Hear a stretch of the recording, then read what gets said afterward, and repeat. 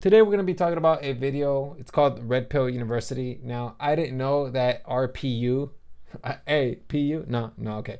I didn't know that Red Pill University was actually a real thing, or I don't even know if it's a real thing, and this is just more or less an expression. But Andrew Callahan of Channel 5, he went to go investigate this particular ideology and this university, if it is a university. I haven't watched the video, so I kind of wanted to go ahead and kind of watch it with you guys, because I'm just going to be cutting out the parts that I think are interesting, and let's see what we can come up with. Let's see what we can talk about, because I'm sure that this is going to be pretty interesting. Let's talk about college. In 1990, the average cost of a four-year bachelor's degree at a private university was $9,000, and 80% of students graduated with no student debt and a well-paying job that allowed them to buy a home and raise a family. Today, the cost of that same four-year degree is $62,000, 7 times more expensive, and the average student leaves college unemployed with $40,000 in student loan debt, only to be stuck mixing margaritas and making latte art in Bushwick, wishing to God they'd went to trade school for HVAC installation. Wow, that sounds horrible. If only there was a pill that was coated red, that would, I don't know, just kind of wake us up to the reality that, school is kind of messing up people's lives. But let's keep it real, yo. These schools are telling us bullshit. What if I told you you didn't have to do that? You can learn just as much and even more with a proper red-pilled education at Red Pill University. Did he just say red pill? It's almost as if he knew what I was thinking. Okay, man. You have my attention. According to their website, the Red Pill University is a coalition of individuals and organizations that share a common problem, which is that peaceful, law-abiding citizens are experiencing ever-increasing control over their lives by governments and corporations. Red Pill University. It's a thing, apparently. And apparently this RPU is going to expose you to the realities of how life screws you over. And if you're not aware of this stuff, then you're going to be one of those individuals that are going to forever be stuck in ELO hell of life. All right, man. Well, listen, I'm down, but the problem is that it seems like the knowledge that they possess is unbelievably forbidden, because what they seem to be selling is knowledge that can completely upgrade my life to high class. Even Harvard or Yale doesn't seem like they can compete with this school. So if it's already hard enough to get into Yale, how the hell are we going to get into the school? So as you can see, we're in front of Holiday Inn right now. But it's not just a regular weekend at Holiday Inn. Inside right now is the Red Pill University Benefactor private meeting. Something tells me these guys don't have a proper campus. We decided to start off in the conference room where Dr. Lee Merritt, who's from a small town where chickens are illegal, was giving a presentation on how the ruling class is controlling citizens using nefarious tactics. You're either being blackmailed, you're being extorted, or you're going to be murdered. One of the things that woke me up to the fact that this is a global conspiracy to murder us, at the very top are the controllers. Bro, what is this hierarchy, man? Controllers, knowledgeable elites, the wanna-bees, which is a distant cousin of the honey bee, easily led and clueless, aka useful idiots, and then of course, we little people, aka slaves. Even I thought more highly of these people than they think of themselves, but to put yourself below useful idiots, that's just low. Nah. One thing they never tell you, that the people in charge worship Moloch, the old religion, sacrifice children, and promote cannibalism. And I don't know about you, but I just don't go to dinner parties like this. I don't either. As a matter of fact, I don't know anybody who attends parties like this.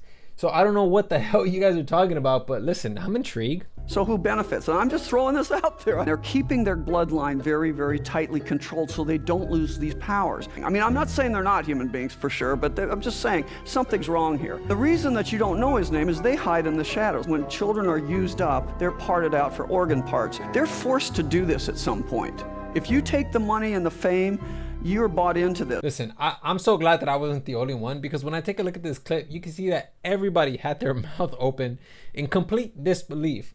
Even I was in complete disbelief with just how ridiculous everything sounded in this clip. Now, I'm sure that this is just a professor who teaches conspiracy one-on-one. This is just about the conspiracies that people believe and just wants to point out just how ridiculous they are, right? It has to be. I'm sure that once we get to science, the science will be backed up by actual concrete evidence, right? Yeah, nothing to see here. I'm sure that's what you guys do on the weekend also. Mock killings and kissing skulls. They're openly satanic. Red, black, anger, fear, lies, deception, propaganda. Evil, senile, ruler of hell. Are you guys writing this down? Because they're going to quiz you. Nah. All right, man. Here's the thing, okay? If you guys want to watch the rest of the video, I'm going to go ahead and link it down below. But I have something to say about this, okay? Believe it or not, I used to be like this guy, or most of these people, where I would read about a conspiracy theory and the rabbit hole was incredibly deep. And I would lose my mind because I did not understand anything of what was going on. So these guys are talking about that the people that they're describing are evil. They're liars. All they use is deception. Listen, bro, if you actually know anything about how to construct an argument or even a sentence by using logic, you would immediately realize that these guys are deceptionists. A lot of what they're talking about cannot be backed up with actual concrete evidence. That is the number one way to detect deception, by asking for proof, by validating it, and by making sure that the sources are legitimate. That's the number one way to detect deception. These guys don't know anything about that stuff. And unfortunately, when I was a conspiracy theorist, I would go down these rabbit holes believing everything they said because I didn't know how to properly vet information. And I know that there's going to be some people that are going to make the argument, oh, well, you know, government is corrupt. To a degree, yeah, there are going to be representatives that are going to exploit loopholes in government. But to say that the whole system is corrupt, that is reaching. It's not all corrupt. There are still good faith people in government that want to do right by their word. And of course, people can recognize that. And these guys live by syllogisms. I guarantee you this guy probably thinks all politicians are evil. This guy's a politician, therefore this guy is evil. I know this because I used to think like that. I used to think that all politicians were evil. And that if this guy declares himself to be a politician, well, guess what? This guy's next in line to take over the throne in hell. If you guys want better odds at detecting deception, these guys are not it. These guys don't know anything about detecting deception, which is why they believe what they believe. If you guys want better odds at detecting deception, I'm going to go ahead and link a couple of resources down below. I think 2. Go ahead and study them. They're heuristics, biases, and fallacies. Start there. There's a lot of other stuff like, you know, body language, but that's a little more, if you want to go down that path, go ahead. But just know that body language is different in different cultures. Another thing about body language is that it could potentially be unreliable simply because a person who is so passionate about their deception, their lie, could use body language to convince you that their lie is actually truthful, when in reality, it's most likely not. There are cues that can indicate to you that this person is lying, but it's not the most reliable method. But nonetheless, if you want to improve on it, start there. And once you study a little more on fallacies, heuristics, and biases, rewatch these videos and you'll see for yourself that a lot of what they're talking about makes absolutely no sense. Yeah, so with that being said, make sure that you guys remain a healthy skeptic. Make sure that when you guys are asking for sources or for evidence, it's from actual accredited people who have built their reputation on respect and is respected by the academic community. Because I know that there's a lot of people out there that could come off as like, oh, you know, I'm respected in my field, but oftentimes the people who respect them are other conspiracy theorists who have no actual grounds in the academic world. So with that being said, I'm going to go ahead and end it there.